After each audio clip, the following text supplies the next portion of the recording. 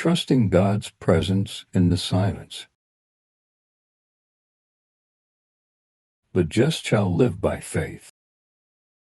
Seemings and feelings are often substituted for faith.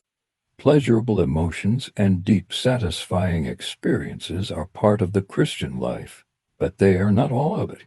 Trials, conflicts, battles, and testings lie along the way and are not to be counted as misfortunes, but rather as part of our necessary discipline.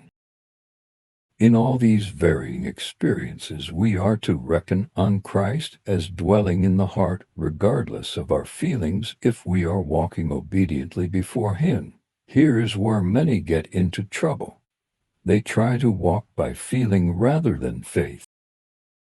One of the saints tells us that it seemed as though God had withdrawn Himself from her.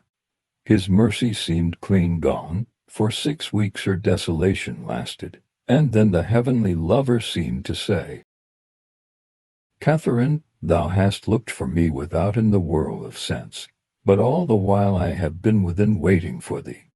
Meet me in the inner chamber of thy spirit, for I am there."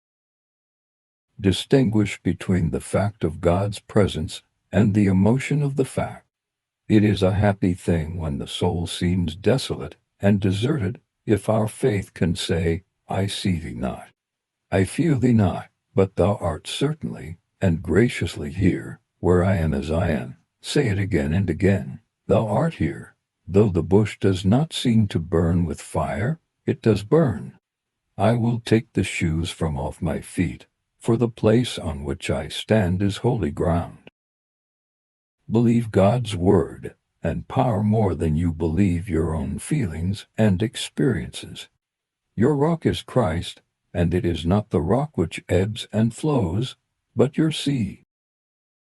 Keep your eyes steadily fixed on the infinite grandeur of Christ's finished work and righteousness. Look to Jesus and believe, look to Jesus and live, nay more. As you look to Him, hoist your sails and buffet manfully the sea of life. Do not remain in the haven of distrust, or sleeping on your shadows in inactive repose, or suffering your frames and feelings to pitch and toss on one another like vessels, idly moored in a harbor.